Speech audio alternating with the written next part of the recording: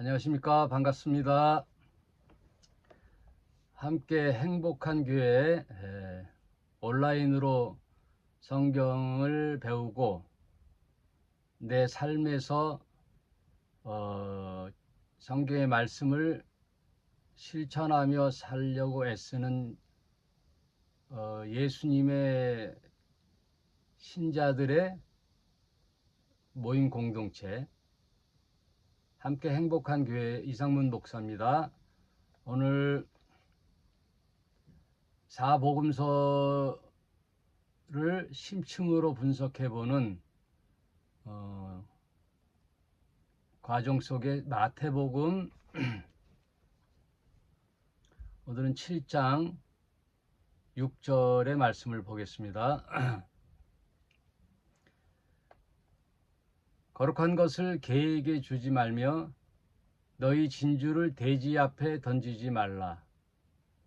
저희가 그것을 발로 밟고 돌이켜 너희를 찢어 상할까 염려하라.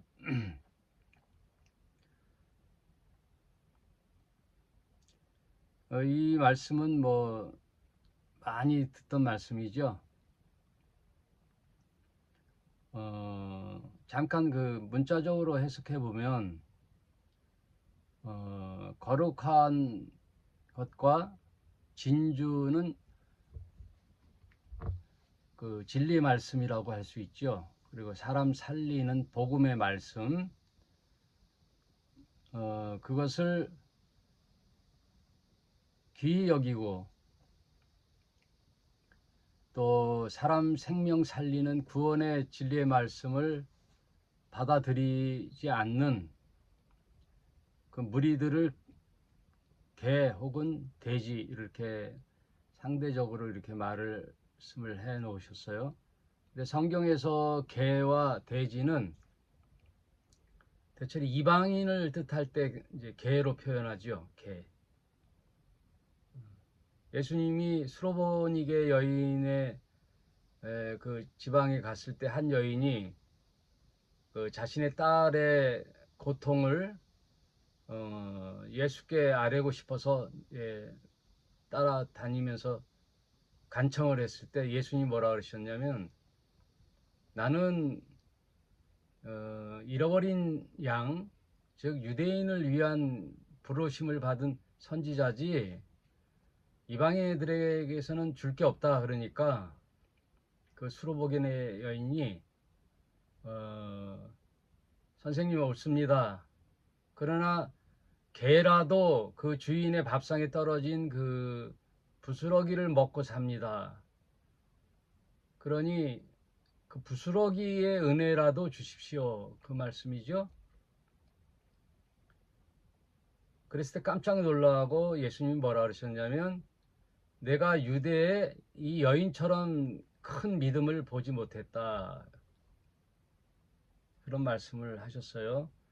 그래서 사실 예수님의 사역을 보면 대체로 유대인을 향한 메시지가 많아요.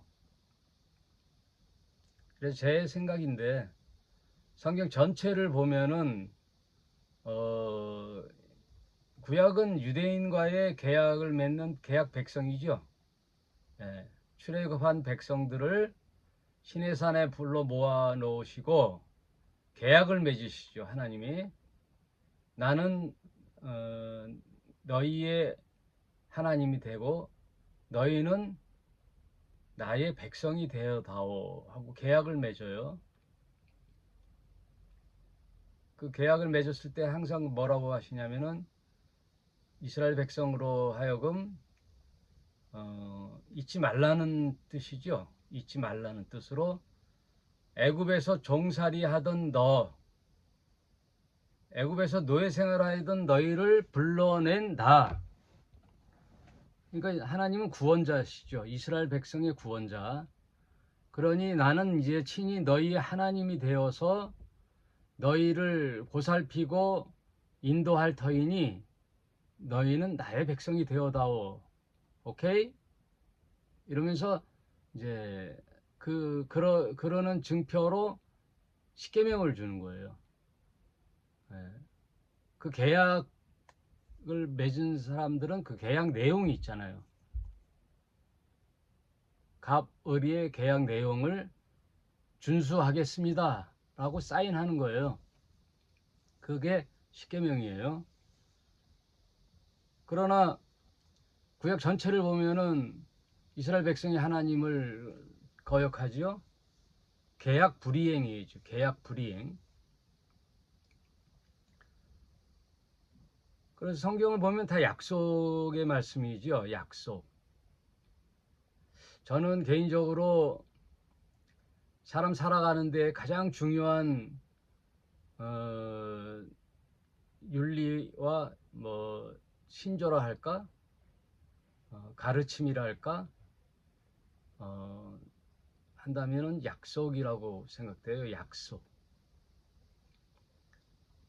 약속이라는 것은 나 혼자 하는 게 아니죠. 나 혼자도 할 수 있죠. 내 자신과의 약속. 그리고 대체로 약속이라는 상대방이 있죠. 상대방. 그래서 성경은 신과의 약속이죠. 신과의 약속. 그래서 구약을 올드 테스타멘트예요. 테스타멘트가 약속이에요. 계약, 약속. 예전에 저희 어렸을 때 저희는 이제 국민학교지만 이제 초등학교 때 가장 친한 친구하고 뭘 맺죠? 예, 너랑 나랑은 절친이야 하고 이렇게 새끼 손가락 걸 때 깐부라 그랬죠. 깐부. 야, 너랑 나랑 깐부야 하고 깐부를 맺을 때는 항상 그 친구를 괴롭히는 또 다른 애들은 나의 공동의 적이 되는 거예요. 내가 그놈 물리쳐 줄게. 그래서 지금 나랑 제일 친한 어릴 적 친구 하나가 있거든요. 김원배라고. 그 원배라는 친구를 처음 만났을 때 1년 후배인 아이한테 모래사장에서 치고받고 싸우는데 맞고 있더라고. 그래가지고 내가 그 때리는 아이의 등짝을 발로 차가지고 너 왜 1년 선배인 형을 때리냐 그래가지고 이제 말려줬어요. 그때부터 그 친구가 저랑 친구가 됐어요. 제일 가까운 친구. 항상 붙어 다니는 친구. 그래서 초등학교 6학년 때 만났거든요. 그래서 중학교 시절 사춘기 때 늘 우리 집, 걔네 집에서 팝송을 듣고, 예, 또 어떨 때는 시도 쓰고, 그리고 그 친구가 만화 가게를 해가지고 걔네 집에 가서 아주 죽치고 만화 보다가 그 형수가 만화 빌려간 사람, 안 갖고 온 사람 찾아와. 그러면 우리 둘이 가가지고 찾아오고, 또 축구를 좋아해가지고 운동장에서 막 축구하다가 일요일 날 저 교회에서 종소리가 딸랑딸랑, 옛날에는 11시 30분 전에 그 차인벨이 울렸어요. 종소리나 차인벨. 그러면 교회 오라는 소리예요. 참 옛날에는 그걸 뭐라 그러지 않았거든요. 교회에 오라고 그 마을 전체에 차인벨이 울렸다고. 땅땅 찬송가나 뭐 차인벨이 울렸어요. 제가 성남시에 살았거든요. 성남시 단대동. 그러면 걔랑 나랑 눈에 딱 마주치고 야 오늘 교회 가야 되는데 못 갔네. 그러면 둘이 손잡고 기도했어요. 하나님 오늘 축구하느라고 못 갔습니다. 죄송합니다 하고 또 축구해 하는 그런 친구가 있어요. 근데 그 약속이라는 것이 이제 굉장히 중요하죠. 성경 전체가 약속이죠. 사회에서도 사실 부부 관계에서도 약속이죠. 결혼식 날 언약을 맺죠. 나는 너의 유일한 남자, 너는 나의 유일한 여자. 십계명의 교훈이요 유일성이에요. 왜 하나님은 자꾸만 유일한 하나님을 강조하느냐? 우리 삶의 모든 것이 유일성의 본질이 있어요. 아내도 한 명이어야 되고 남편도 한 명, 유일성. 진리도 하나, 생명 구원도 하나예요. 진리도 하나예요. 그리고 사회에서도 약속이 있죠. 그건 법이죠. 수많은 사람들이 살아갈 때 질서를 지키기 위해서는 사람 간의 약속을 만들죠. 파란불에는 가고 빨간불엔 정지하자. 그게 약속이에요. 그리고 어떤 범죄를 저질렀을 때는 어떠한 그 처벌을 받는다. 그게 다 법이죠. 그래서 우리 살아가는 전반적인 것의 핵심이 약속이고 또 성경 전체도 약속이죠.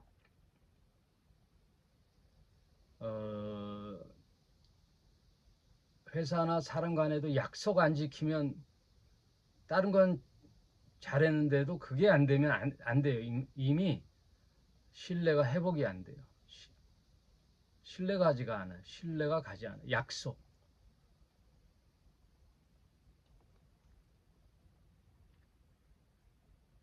그래서 성경도 전체가 약속이다. 지금 그 신약 성경 그 산상수훈 5, 6, 7장이 이제 새로운 약속이에요. 구약 백성들과 계약 맺은 하나님으로 인하여 이스라엘이 계약 불이행을 했다 그랬잖아요. 그럼 계약 불이행을 하면 파기가 되는 거예요. 계약 파기. 그래서 재밌는 거는요. 십계명을 줬잖아요. 그럼 십계명이 그들의 이제 헌장이에요. 법. 그래서 그 이스라엘 백성이 어떤 다른 부족과 동맹을 맺을 때는요. 이 십계명하고 그 부족이 섬기는 어떤 신이 있을 거 아니에요? 옛날 고대 근동에는 각자 부족의 신이 있잖아요. 그들이 섬기는 신의 그 계명을 가지고 이스라엘 백성이 그 계명을 그 비치해 놓은 데가 어디예요? 성전이죠. 그 당시는 뭐 이동을 해야 되니까 성막에다가 성막 지성소의 법궤라는 상자 안에 그 법을 갖다 놓는 거예요. 법. 모세의 십계명을 두 돌판을 거기다가 모셔 놓는 거예요. 그래서 다른 부족과 동맹을 맺을 때 동맹을 어긴 그 자들에게 우리의 신이 너희들을 저주할 것이다, 심판하실 것이다 라는 그런 의미에서 각자 신들의 계명을 비치해 놓는 거예요. 그래서 성전에 십계명을 비치해 놔요. 그 법궤 안에 만나 항아리가 있죠. 만나 항아리는 신이 함께 한다는 증표죠. 이스라엘 백성이 광야를 지날 때 아무 먹을 농사를 짓을 수 없는 상황이잖아요. 이동을 해야 되고 사막이니까. 그러니 식량을 어떻게 해요? 하나님이 하늘에서 만나를 내려주시죠. 그게 식량이란 말이에요. 때로는 고기를 먹고 싶다 그래서 이제 생선인 메추라기를 갈매기가 같은 이제 메추라기를 떨어뜨려서 이제 고기를 먹게 하셨죠. 그런 것처럼 계약 백성의 그 유지는 십계명을 지키는 건데 수천 년 지나면서 이스라엘 백성이 결국은 말라기에 와서 이제 하나님께서 성전문을 닫아요.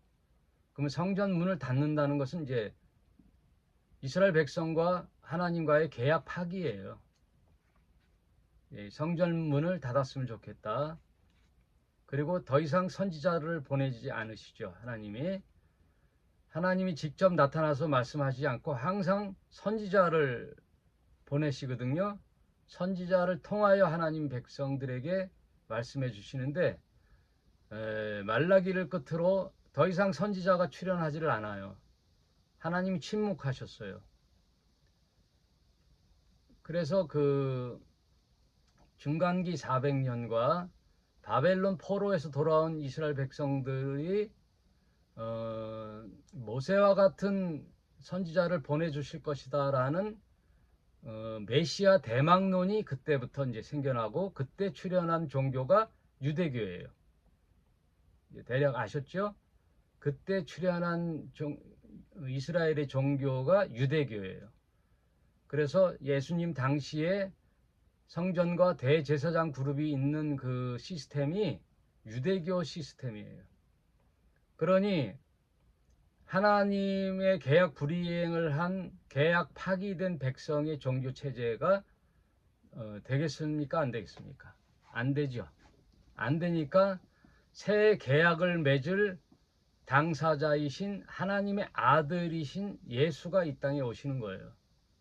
이 땅에 오셔서 새로운 계약을 맺는 계약 운동을 해요. 그러니까 이스라엘 백성의 그 하나님의 택한 백성 그 계약은 끝났기 때문에 새로운 계약의 당사자이신 예수님이 오셔서 이제 교회 운동을, 이제 하나님 나라 운동을 하는 거예요. 그러니까 여러분, 성경을 구약은 이스라엘 백성, 신약은 예수님의 하나님 나라 운동, 하나님 나라 운동. 그 다음 사복음서가 지나고 사도행전 지나고부터는 뭐가 나오냐면, 사도행전 때부터 교회 운동이 시작돼요. 여러분, 사도행전 2장 1절이 교회의 시작이거든요. 교회의 시작이에요. 그럼 교회의 시작은 누가 하는 거예요? 이 정도는 아셔야 되는데, 구약의 하나님 나라, 하나님은 이스라엘 백성을 통한 열방의 하나님을 나타나시기 위한 택한 민족을 통한 하나님의 계시 방법, 구약 백성이 끝났죠. 그걸로는 이제 안 돼서 프렌 2인 예수님이 이 땅에 오셔서 하나님 나라 운동을 하는 신약 시대가 열리는 거예요. 그게 사복음서죠. 그래서 예수님 대체로 유대인을 향한 복음 운동을, 하나님 나라 운동을 하신 거예요. 나는 잃어버린 양들을 찾으러 왔다. 그래서 예수님의 사역 3년 반의 대부분의 과정이 유대인과 치열한 교리 논쟁, 하나님 나라와 이 유대교의 논쟁 속에 세워져 나가는 거예요. 그래서 유대교의 핵심인 성전을 파괴하는 거예요. 성전 파괴. 성전 정화가 아니에요. 성전 파괴예요. 예수님이 저 성전을 허물러 버리라 그랬거든요. 내가 사흘 만에 다시 지으리라. 그래서 즉 성전은 예수님이 되시는 거예요.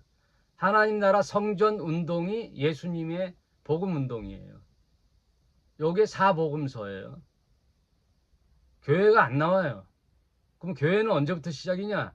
예수님이 떠나시고 난 후에 삼위일체 한 분이신 성령 하나님이 이 땅에 강림하셔서, 그게 성령 강림절이에요. 사도행전 2장이. 그래서 사도행전 2장 마가의 다락방에 120명으로부터 성령 충만하여 방언도 하는, 그 방언은 기도가 아니고 텅, 언어예요.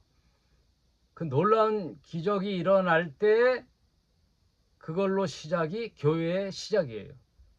그러면 신약 성경에 13권의 책을 쓴 바울은 무슨 운동을 했는 거예요? 교회 운동이에요. 교회 운동. 교회. 교회. 그러니 이렇게 세 가지로 성부 하나님, 성자 예수님, 유대 땅의 하나님 나라 운동, 신약 후편에 있는 바울의 13권과 다른 제자들의 서신서, 요한계시록 다 뭐예요? 교회 운동이에요. 교회 운동. 그러면 그때는 누가 활동하셨어요? 성령이 하셨단 말이에요. 성부, 성자, 성령. 그러니까 이 큰 그림을, 성경을 딱 해놓고 보시란 말이에요. 그러면 그 시대마다 틀려진다는 거예요. 시대마다 틀려져요. 그래서 지금 산상수훈 5, 6, 7장에서도 보면 그런 테마 속에 있어요. 저희들은 뭐예요? 유대인들과 이방인들. 그리고 너희는 누구예요? 하나님 나라 운동의 새로운 계약 당사자이신 예수님을 따르는 제자들, 너희들. 그게 큰 테마예요.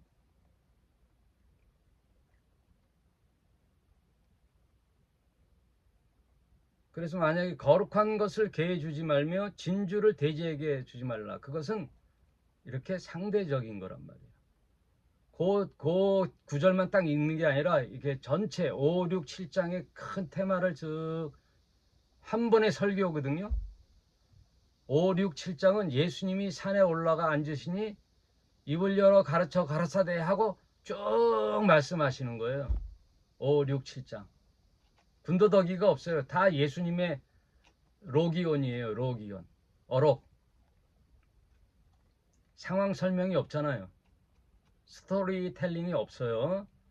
예수님의 어록이에요. 그 어록의 큰 테마가 저희들 하나님을 섬긴다라고 강조하던 저 유대교 아니라는 거죠. 이제 사망 선고를 때리는 거예요. 아니다. 저희들은 아니다. 또 누가 이방인 즉 개와 돼지와 같은 그런 류의 개 돼지를 비유한 건 아니지만 그 이제 좌우로 저희들과 너희들을 비교하는 그런 이제 대화법이죠. 뭐 비판하지 말라 그것도 그 마찬가지예요. 네. 비판했을 때 받아들일 수 있는 사람에게 비판하되 나중에는 뭐라 그래요? 비판하라 이렇게 나오는 거죠. 지난주에 생각해 봤잖아요. 어떻게 비판하는 거예요? 내 눈에 들보를 빼고 난 후에 진리가 무엇이고 생명 살리는 게 뭔지를 밝히 안 후에 형제의 눈에 티를 빼는 작업을 하라 그 얘기예요. 그럼 결국은 무슨 얘기예요? 네. 비판하라는 얘기예요. 어떻게 할 때는 비판해서 저 상대방을 모멸감을 느끼게 하고 그 영혼을 죽이고 말살시키는 게 아니라 그 사람을 사랑하고 살릴 수만 있다면 비판하라는 거예요. 무슨 뜻인지 알겠어요? 내가 이런 소리를 했을 때 저 사람이 듣고서는 감당할 만한가? 그리고 너는 괜찮아? 나 자신을 살펴본 후에 형제를 살리기 위한 말을 해야지. 자괴감을 주고 모멸감을 주면은 그 사람이 살아나요? 안 나잖아요.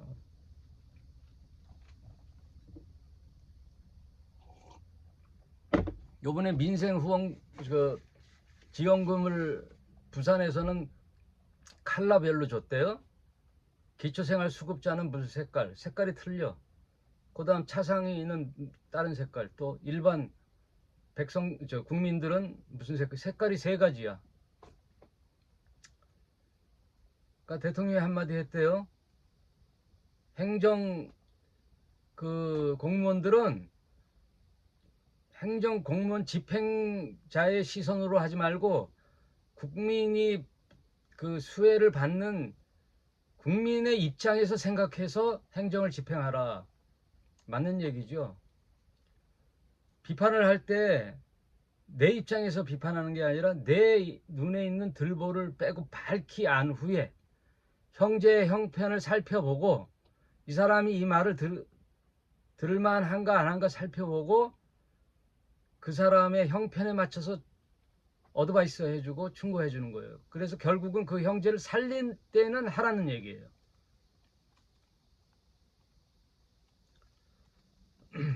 오늘 뒤에 말이 되게 많은데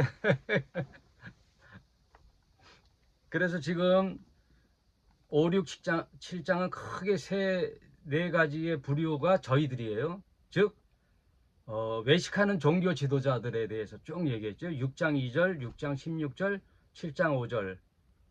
너희는 저 외식하는 자들과 대지 마라. 에? 유대교의 종교 지도자들, 바리새인들, 서기관들처럼 저렇게 하지 마라. 그러니 너희는 이렇게 하라. 그거에 대해서, 기도에 대해서, 구제에 대해서, 금식에 대해서 이렇게 예를 들어서 얘기해 줬죠. 그리고 또 뭐라 그래? 이방인처럼 중언부언하지 마라. 또 이방인을 저희의 그룹에 놨어요. 이방인들. 또 악한 자들. 악한 자들은 어떻게 해요? 7장 11절.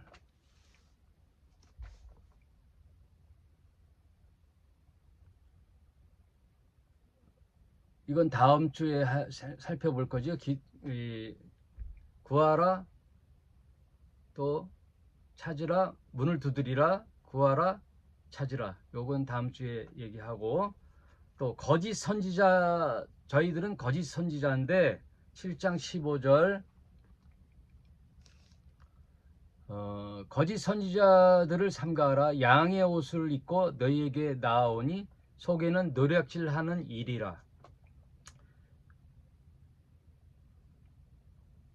하나님 말씀을 전한다고 해서 다 선지자들이 아니에요. 이 당시 선지자들은 하나님 말씀을 전하는 자들이죠. 지금으로 말하면 선교사나 목회자나 장로, 집사, 선지자들, 하나님 말씀을 타인들에게 대언하는 자들을 선지자라고 할 수 있죠. 대표적인 자가 목사죠. 근데 다 같은 선지자가 아니라는 거예요. 참 선지자가 있고 거짓 선지자가 있는데 어떻게 분별하느냐? 다 거짓 선지자는 자신의 이득을 챙기기 위해서 양의 모습을 했다는 거예요. 양의 옷을 입고 있으나 저희는 일이라. 천사와 같이 하지만 결국은 자신의 이득을 챙기는 거죠. 그래서 조금 있다가 예배, 11조, 또 안식일, 교회 제도 이런 거에 대해서 얘기할 텐데 다 양의 얼굴을 한 이리와 같이요. 그럴듯하고 종교 얘기를 하고 성경 얘기를 하는데 결국은 이득은 자신이 챙기죠. 종교 그룹 체제가 챙기는 거예요. 지금 사이비 이단 집단들이 다 그래요.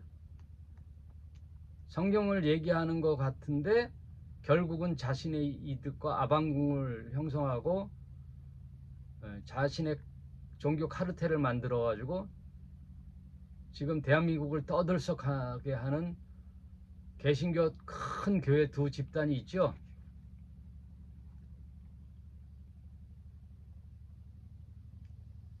암흑의 시대 때는 드러나지를 않아요.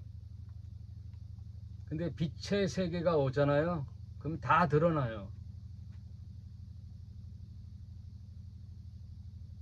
잘 집을 오래 비워둔 집에 어느 날 가서 전기를 형광등을 탁 켜면 뭐가 있어요? 바퀴벌레가 삽시간에 사라져요. 어두운 곳으로 싹 사라지잖아요. 식당에 가면은 밤새 쥐새끼들이 날치고 문을 열고 식당 문을 열고 형광등을 켜면 쥐새끼들이 없다. 제가 예전에 화양리에서 패밀리 햄버거라는 그 패스트푸드, 지금은 롯데리아 같은 거기에 매니저로 있었는데 제가 대체로 이제 셧다 문을 열고 들어가잖아요. 그러면 철저하게 문을 단속하고 막고 구멍들을 다 막았는데 어떻게 들어왔는지 쥐새끼들이 샥 그냥 막 발자국이 있어요. 아 참나. 식당에는 다 있어요. 다 있어.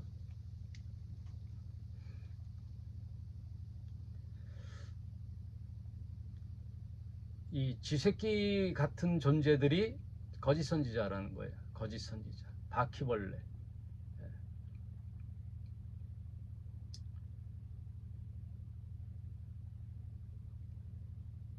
종교의 이름을 걸고 하나님을 팔면서 자신의 꿈과 자신의 목적을 달성하는, 그게 사이비 거짓 선지자 이단 집단이에요. 여러분, 교회는, 진정한 교회는요, 예수님을 닮는 거예요. 예수님이 뭐 자기를 위한 삶이 없었잖아요. 다. 예수님의 생애를 한마디로 뭐라 그랬죠? 나는 많은 사람을 위하여 죽는 대속 제물로 왔다 그래. 그래서 섬기려 함이 아니요, 섬김을 받으려 함이 아니요, 오히려 섬기려 하고 많은 자의 대속 제물이 되려 함이니라. 대속 제물. 저와 여러분은 가족과 이웃과 이 공동체를 위한 대속 제물이 돼야 돼요. 큰일 났다. 큰일 났어.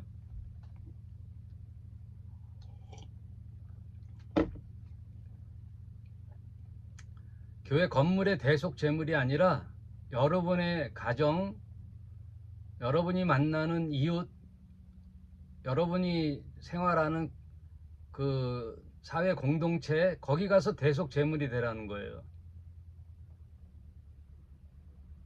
교회 와서 교회 대속 제물이 되라는 게 아니고. 그러니까 이제 다 치우고 오늘 본문을 뭐라 그러지? 본론을 얘기할게. 본론.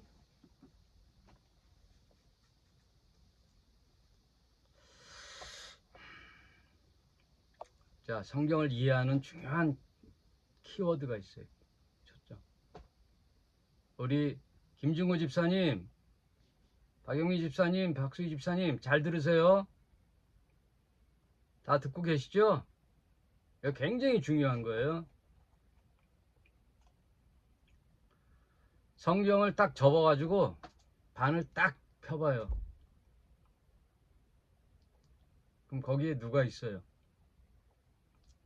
예수님이 있어요. 예수님. 예수님.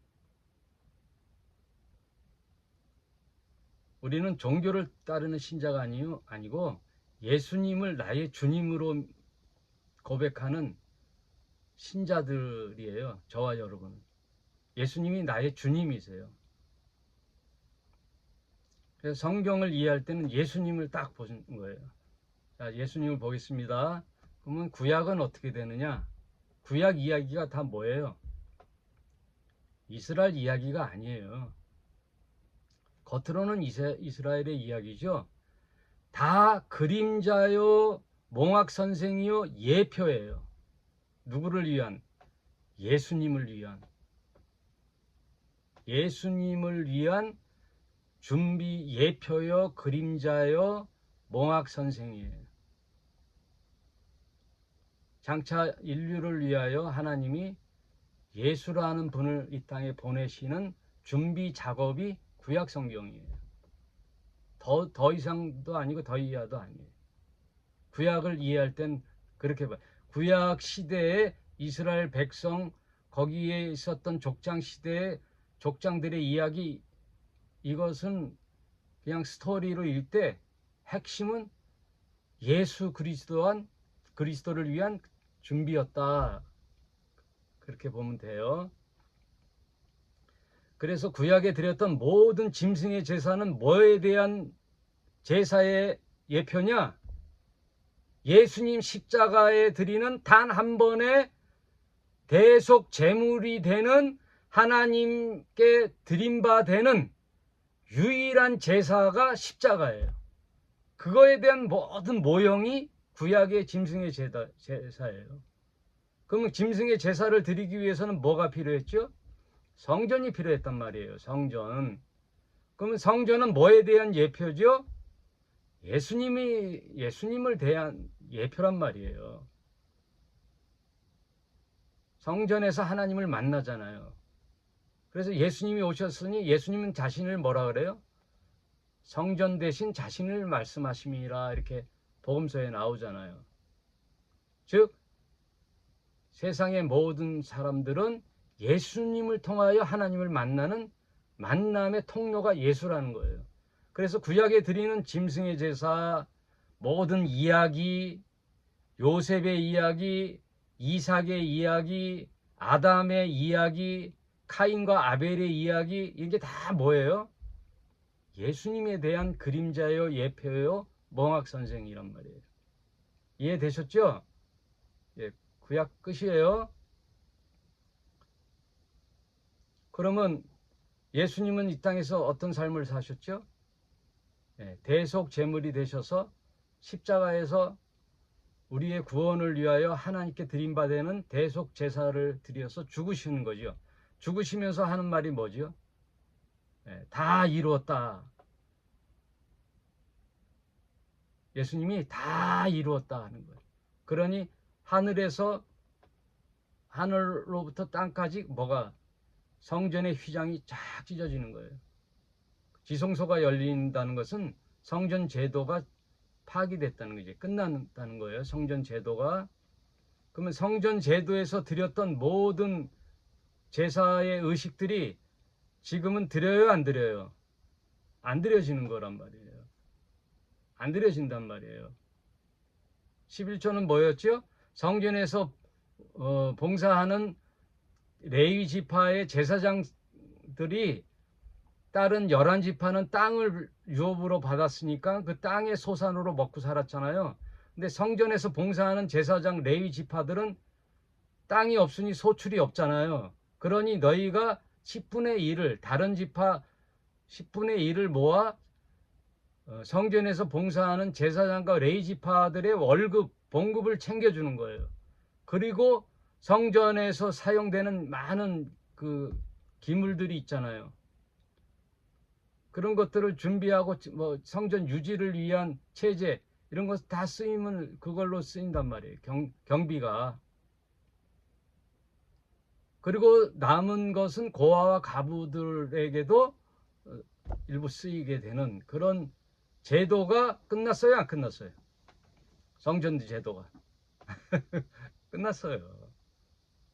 어떻게 끝났어요? 11조가 예수님이에요. 예수님이 대제사장이에요. 대제사장에게 드렸던 11조, 예수님이 하나님께 드림받는 우리들의 10의 1이 되는 거예요. 신약 백성들의 대표자가 되는 거예요. 10의 1은 단순히 10분의 1이 아니라 그 열을 대표하는 머리예요. 머리. 10의 1이에요.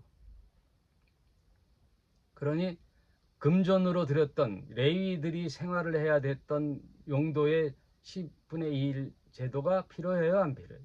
안 필요하단 말이에요. 제발 좀 에?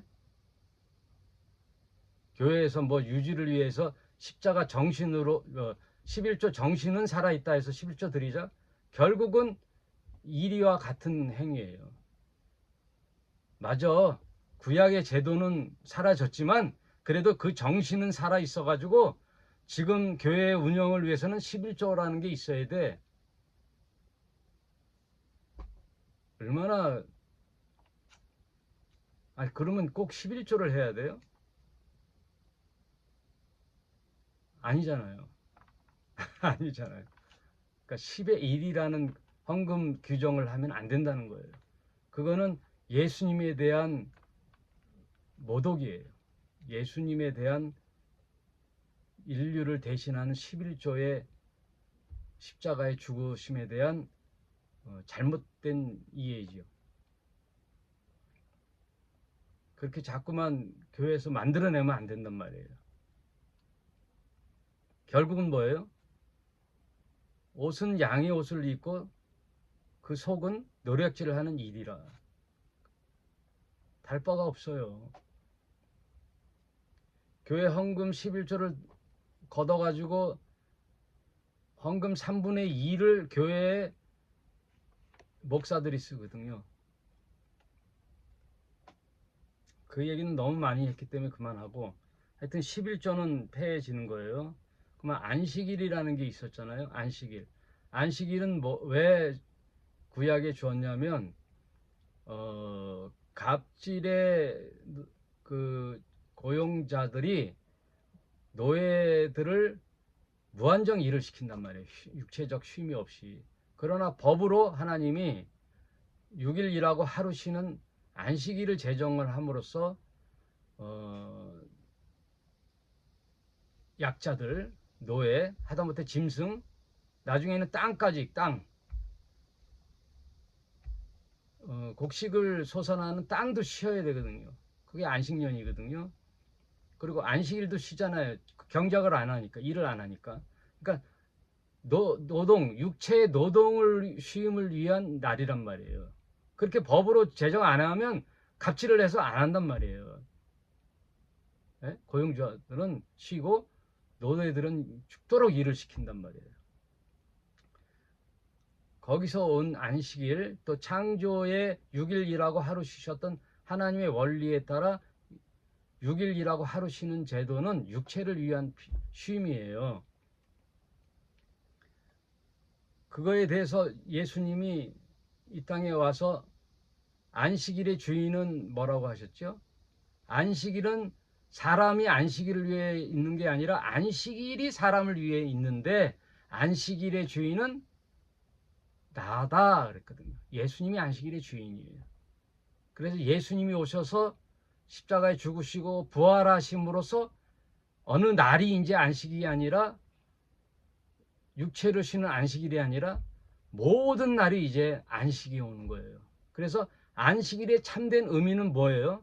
단지 육체의 노동을 쉬는 게 아니라 죄로부터의 해방을 얘기하는 거예요. 예수님은 우리를 뭐로부터의 안식을 주셨냐면은 아담으로부터 왔던 모든 죄의 형벌, 형벌적 노동인 죄의 무게, 죄의 형벌을 해방시켜 준 거예요. 그래서 예수님만이 하나님의 권위를 얻어 죄사함의 권세가 있는 거예요. 죄사함의 권세. 이거는 인류의 그 누구에게도 없었던 권한이 죄사함의 사람 죄에 대한 사함의 권세가 예수께 있어요. 그래서 예수님의 죽음의 제목이 뭔지 아세요? 예수님 죽음의 제목. 유대인들에게는 신성모독죄예요. 신성모독죄. 죄를 사하는 자는 신 외에는 죄를 사할 수 있는 사람이 없어요. 그리고 예수님은 당신이 신이라 그랬거든요. 신의 아들은 신이다. 그리고 하나님을 아버지라고 부르는 자는 인류에 한 사람도 없었어요. 감히 야훼 하나님의 이름을 직접 대고 못 불러서 아도나이라고 불렀거든요. 유대인들은 아도나이, 주, 로드라고 불렀어요. 신의 이름인 야훼를 못 불러서 그래서 그냥 3인칭으로 아도나이, 주님 이렇게 불렀단 말이에요. 우리도 나의 아버지를 이성동이시여 이러지 않잖아요. 아버지 이름을 함부로 할 수 없잖아요.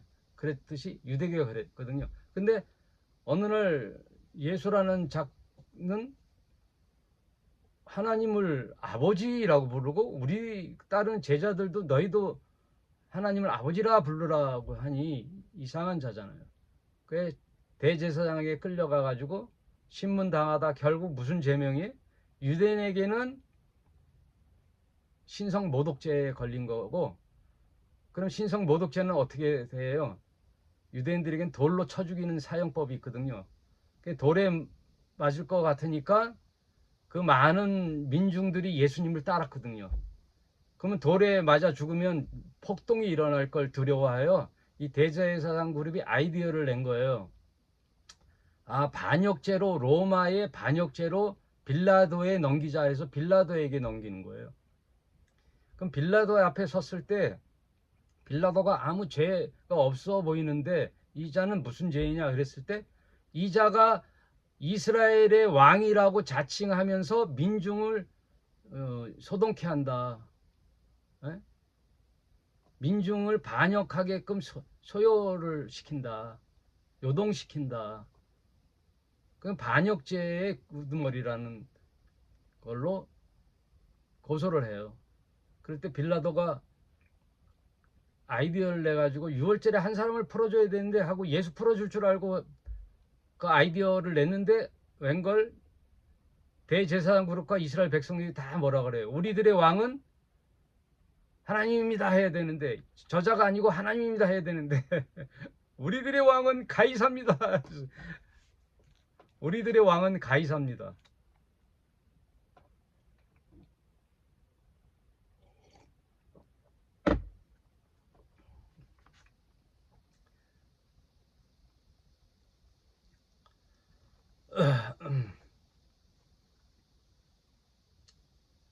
정신 나간 거예요. 다 똑같아요. 전두환이를 여호수라고 한 사람이 있어요. 전두환이를 여호수아라고. 역대 대통령들을 다 개신교를 대표하는 목사들이 다 가서 추앙을 했거든요. 다 하나님이 보내신 종.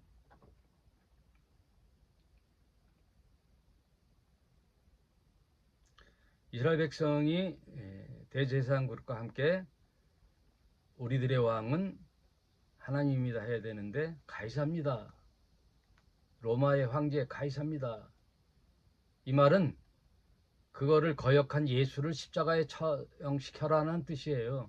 그 결국은 뭐예요? 예수는 그 성전을 위협하는, 그 성전도 헐라하는 자신의 밥통 카르텔을 위협하는 아주 무서운 존재예요. 왜? 민중이 따르니까. 예수님이 한번 가면 막 2만 명이 따라다녔으니까.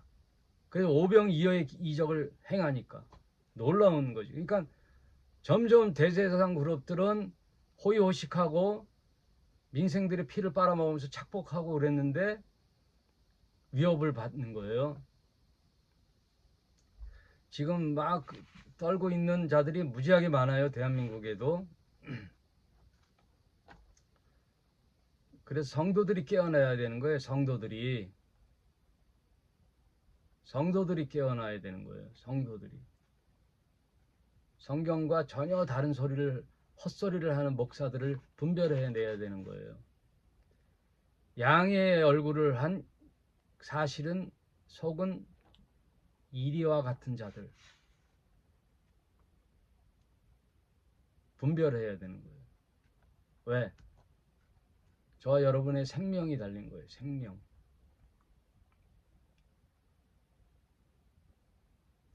그래서 예수님은 안식일의 주인이세요. 그분은 죄를 사하시는 분이에요. 저와 여러분의 죄를 사하시는 분이에요. 죄로부터 해방이 안식이에요. 참 안식이에요.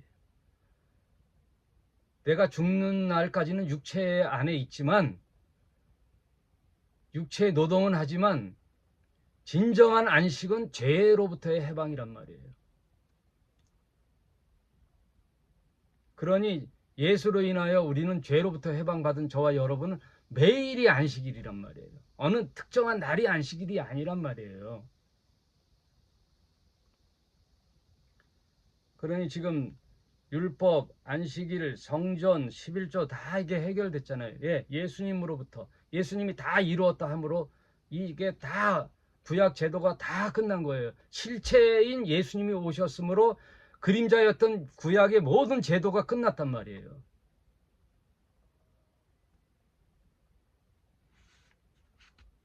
그러면 예배, 기도 이런 것들은 무엇인가? 예배. 그러므로 성전에 나아가 드리는 제사, 즉 예배는 폐해지고 성전 대신 예수께서 부활하심으로 참 예배가 복원됐죠. 원형이 복원된 거예요.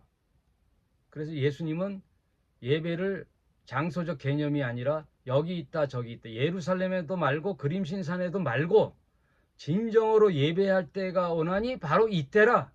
이때가 뭐예요? 성전 대신 예수님이 오셨으므로 이제 진리이신 성령과 진리의 예배의 때가 온 거예요. 그러면 참 예배는 뭐냐? 예수 그리스도를 믿는 신자들이 매일같이 부활의 삶을 살아내는 거예요. 부활의 삶을 살아낸다는 것은 부활하여 타인의 생명도 살려내는 그 행위. 나만 예수님을 믿고 부활하여 참 안식을 누리는 삶이 아니라 너도 예수님을 알아 참 생명을 소유하라 라고 복음을 전하고 나도 작은 예수가 되어 그를 살리는 대속 제물이 되어 사람 살리는 일을 하는 게 예배예요. 건물 안에 갇혀가지고 찬양하고 뭐 손들고 랄랄랄라 하는 게 예배가 아니라, 아셨어요? 헷갈리지 말란 말이에요. 맨날 똑같은 소리 안 할 테니까. 예배의 참 뜻을 알아야 되는, 생명 살리는 일, 부활의 생명을 살리는, 부활이 뭐예요? 죽은 죄로 죽었던 나를 다시 살리시는 게 부활이잖아요. 그럼 그 부활 생명이 나한테 있는 거예요. 예수님과 함께 십자가 달려 죽었으므로 나는 이제 부활의 생명을 살아내니 나와 같이 너도 부활의 생명을 살아내거라 라고 내가 그의 대속 제물이 되는 거예요. 그의 제물이 되어주는 거예요. 내가 그의 11조가 되어주고 부족한 것을 채워주고, 그러면 그도 과연 진리가 뭘까라고, 당신을 이렇게 변화시킨 진리란 뭘까 나도 알고 싶어요 하고, 이런 복음 운동, 생명 운동이 예배예요.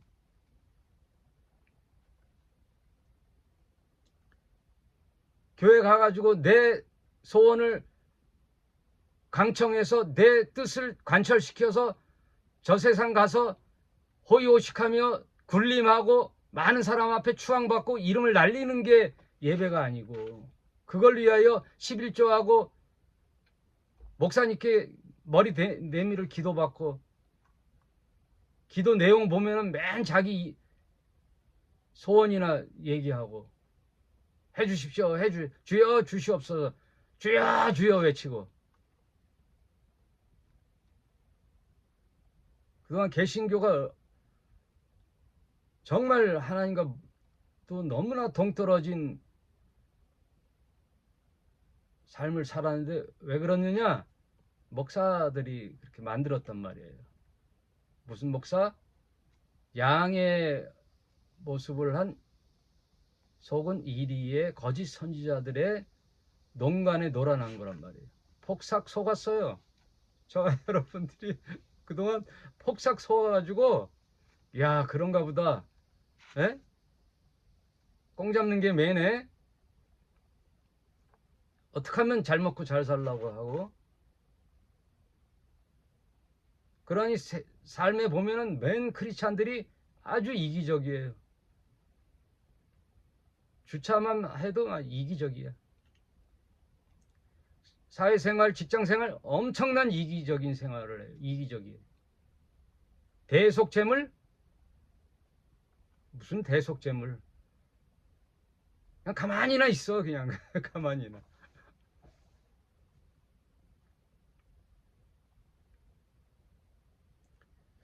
기도는 주기도문이 핵심이므로, 주기도문은 공부했죠.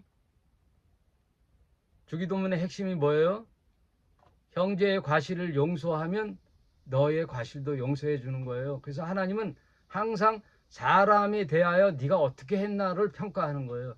저와 여러분이 참 신자를 어떻게 평가하느냐? 교회 와서 종교생활 하는 거 말고 사람에 대하여 네가 어떤 행위를 하고 네 평생 살았느냐를 평가하는 거예요. 사람의 과실을 용서하면 나도 너의 과실을 용서해. 그게 주기도문의 핵심이에요.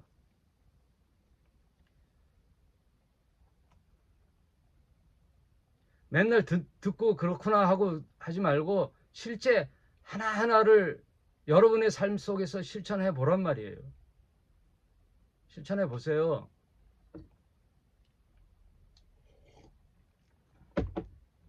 그게 이웃사랑이에요. 여러분, 어제 어떤 한 분이 이웃사랑이 뭐예요? 하고 물어보는데, 이웃사랑은요, 사회 공동체 안에서는요, 환경 오염을 위하여 내가 좀 더 환경 오염을 유발시키는 걸 자제하고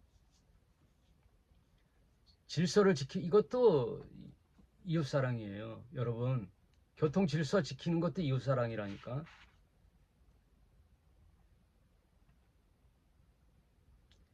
앞에 차가 꽉 막혀서 크락션 꽝꽝 안 누르는 거 이웃사랑이에요. 어려운 게 아니에요. 물 아껴 쓰고 전기 아껴 쓰고, 예? 쓰레기 배출 좀 줄이고.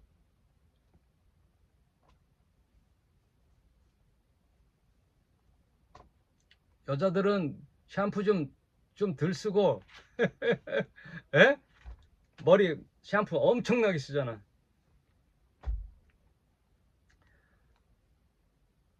그리고 사회에 이렇게 어려운 사람 있으면 그냥 지나치지 않고 단돈 10,000원이나 20,000원이라도 도네이션 하고, 이게 이웃사랑이에요. 이웃사랑이 멀리 있는 게 아니에요.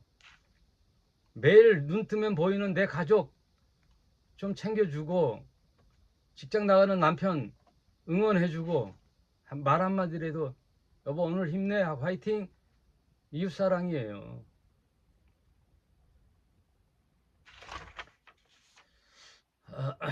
오늘 좀 열을 좀 냈는데 죄송합니다. 오늘 여기까지 하겠습니다. 맛있는 맛 좀 하세요.